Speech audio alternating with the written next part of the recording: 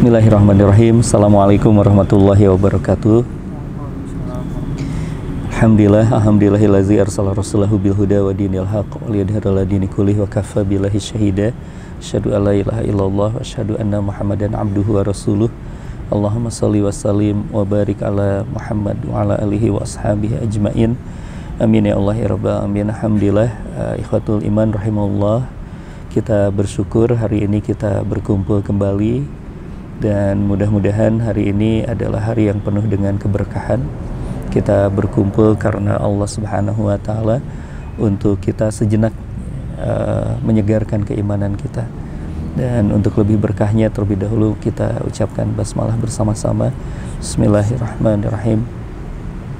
Madah kita hari ini atau materi kita hari ini adalah mengingatkan kita tentang ada satu hal, yang satu hal ini merupakan awal dari segalanya.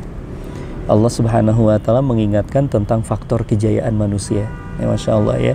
Kan kita menginginkan sekarang ini ada kejayaan manusia yang sedang kita bangun. Kita sedang membangun diri kita, sedang mentarbiyah diri kita, sedang mendidik diri kita. Nah, tatkala berbicara tentang faktor keberhasilan seorang manusia itu ada kata kuncinya, yaitu iman dan ilmu. Allah Subhanahu wa Ta'ala berfirman, yarfa'illahu alladhina amanu walladhina utul ilma darajat. Maka Allah itu akan meningkatkan derajat orang-orang yang memiliki dua faktor itu, yaitu faktor iman dan faktor ilmu. Faktor iman alhamdulillah kita sudah dapat ya, antum semuanya sudah dapat, saya sudah dapat, alhamdulillah. Kita bersyukur kepada Allah Subhanahu wa Ta'ala atas nikmat iman itu. Hanya yang sekarang ini sedang kita lakukan adalah kita sedang terus menuntut ilmu sebagai bagian dari guidance kehidupan kita, bagian dari bagaimana kita mendidik diri kita, memperbaiki diri kita. Nah, tetapi kalau bicara tentang ilmu itu ada pintu masuknya dari ilmu. Apa pintu masuknya? Adab.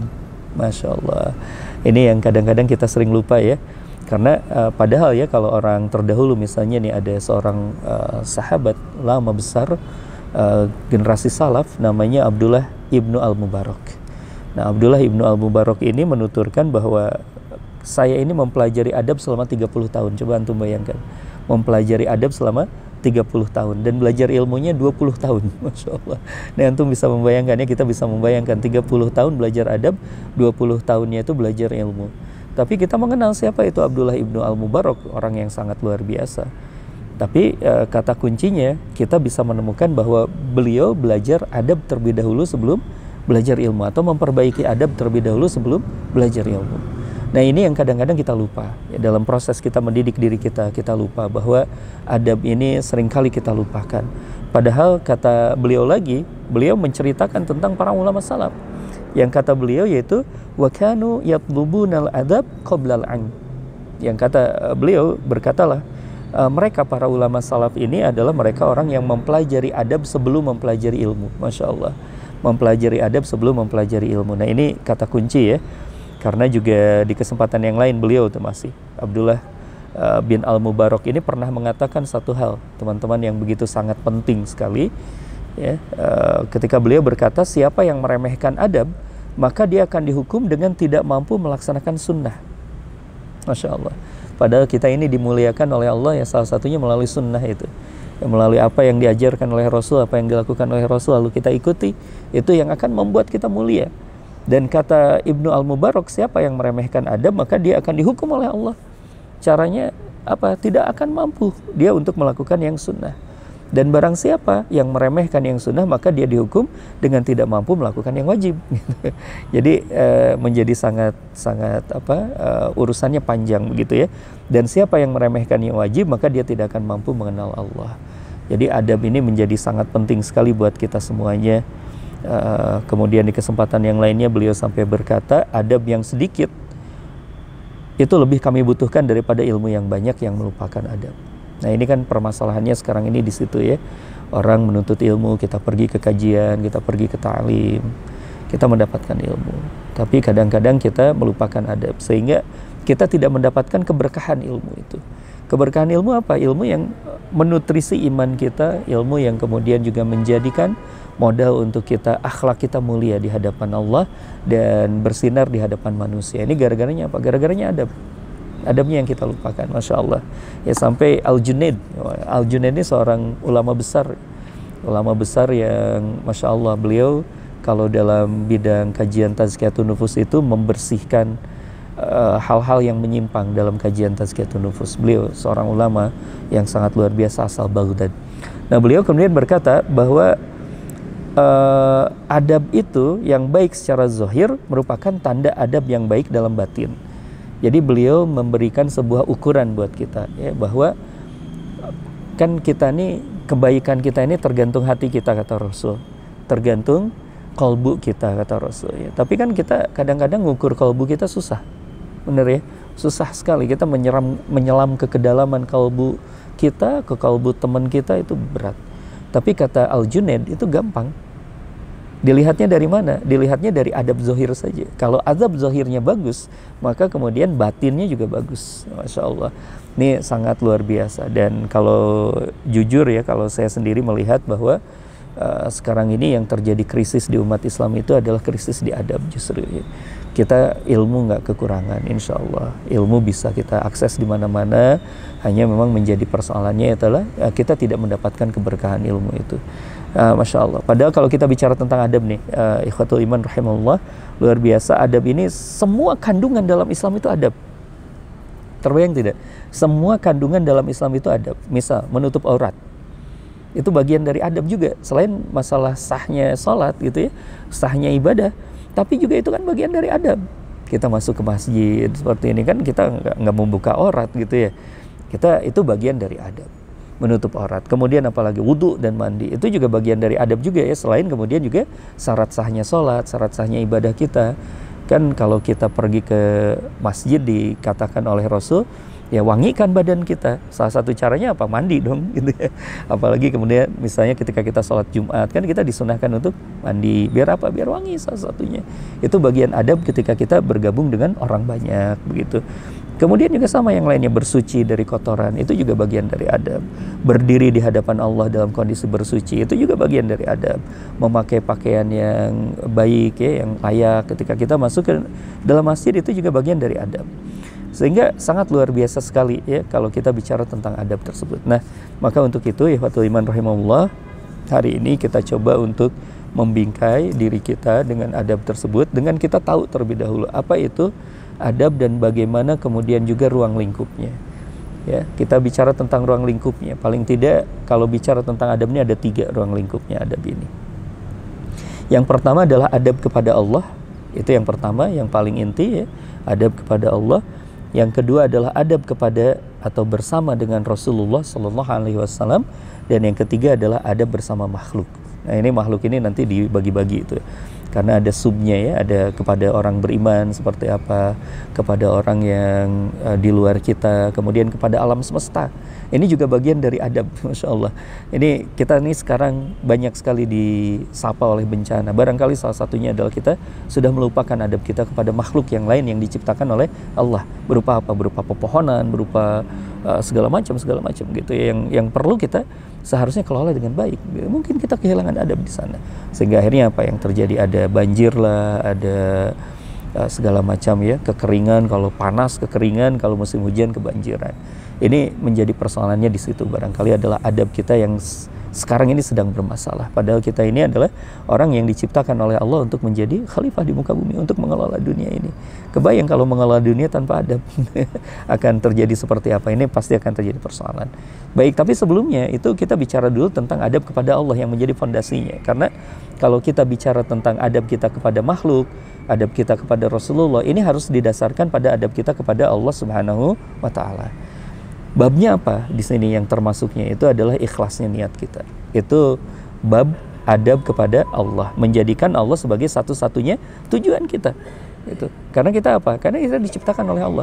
Kita ini makhluk yang diciptakan oleh Allah. Kita ini adalah orang yang senantiasa diberikan rizki oleh Allah Subhanahu wa Ta'ala. Maka ya satu-satunya yang harus menjadi tujuan kita harus Allah.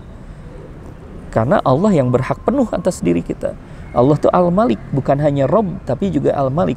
Kalau bicara tentang Rabb, berarti Allah adalah yang memelihara kita, yang menciptakan kita, yang mengurus kita, yang menciptakan, mengurus, dan memelihara kita. Tapi juga ada Allah Al-Malik. Apa itu Allah Al-Malik? Allah pemilik kita, penguasa kita. Kalau kita sadar bahwa kita ini dikuasai oleh Allah, maka kemudian apapun yang kita lakukan itu harus untuk Allah. Harus kita jadikan Allah sebagai tujuan kita satu-satunya. Ya, di atas segalanya, semuanya. Menjaga hati agar jangan berpaling dari Allah. Nah, itu adabnya kita. Agar kita bisa dinilai oleh Allah Subhanahu wa taala.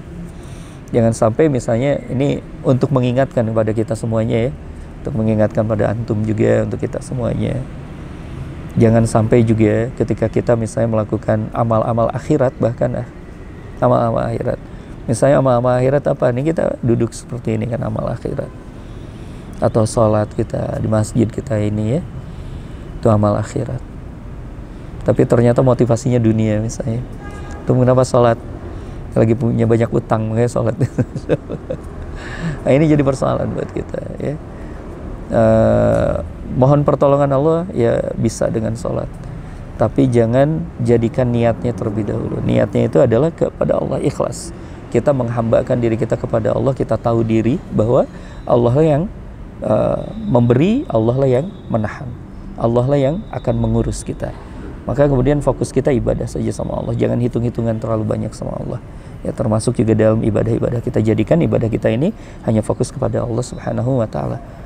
Dan ini babnya juga agar kita jangan bergantung bahkan kepada ikhtiar dan amal kita. Karena belum tentu juga diterima amal kita. Salat kita belum tentu diterima. Doa kita belum tentu diterima. Terus kita maksa-maksa sama Allah. Ini adab kita yang sangat luar biasa bermasalah ya. Termasuk ketika kita berdoa misalnya.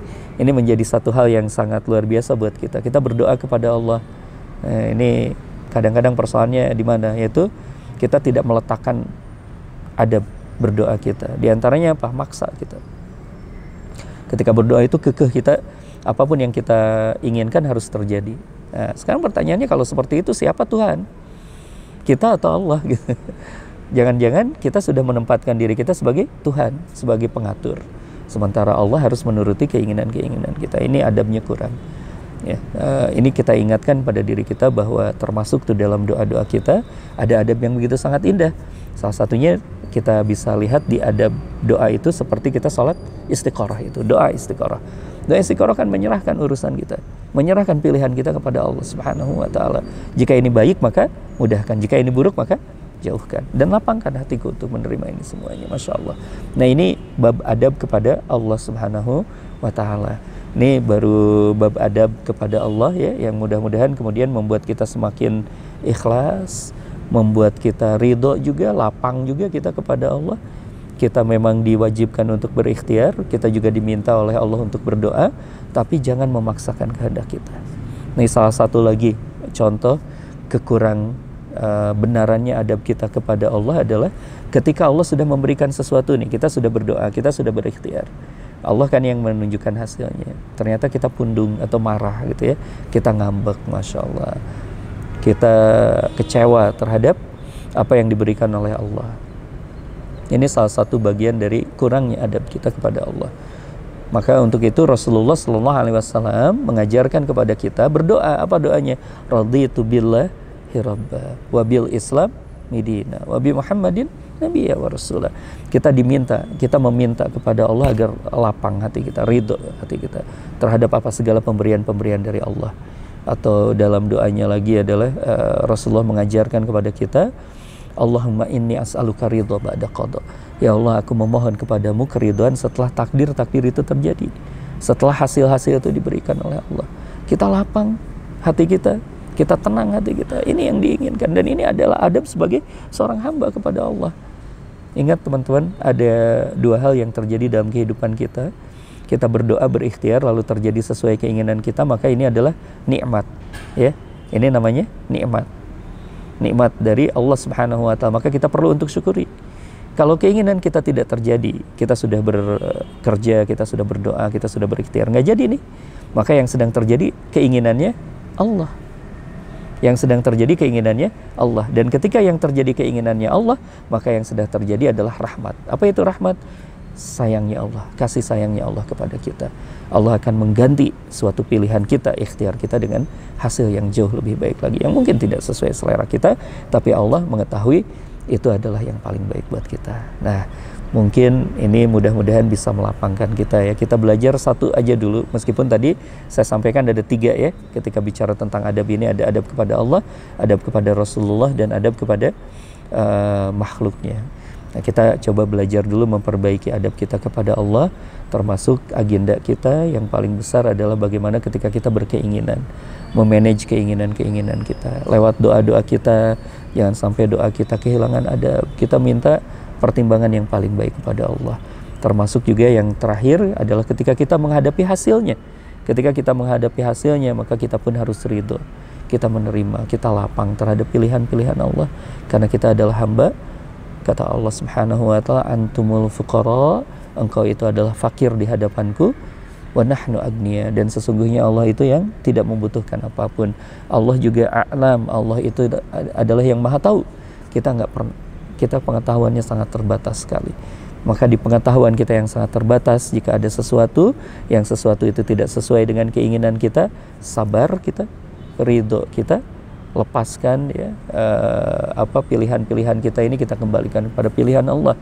Evaluasi boleh, keinginan kita ulangi lagi boleh, atau segala macam yang kita ingin lakukan silahkan saja, tetapi pada intinya kita ridho dulu, kita lapang dulu kepada pilihan-pilihan Allah. Begitu mungkin ya untuk hari ini.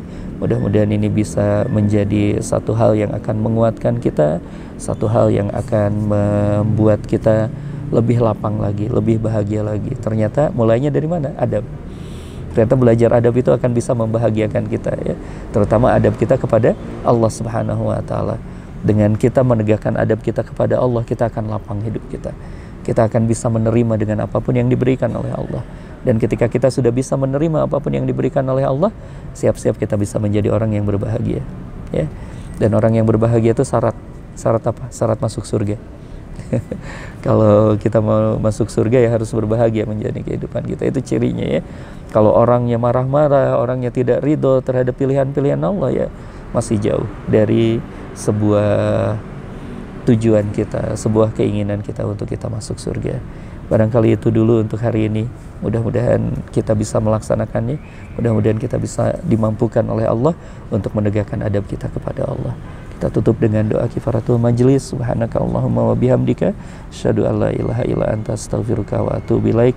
Assalamualaikum warahmatullahi wabarakatuh.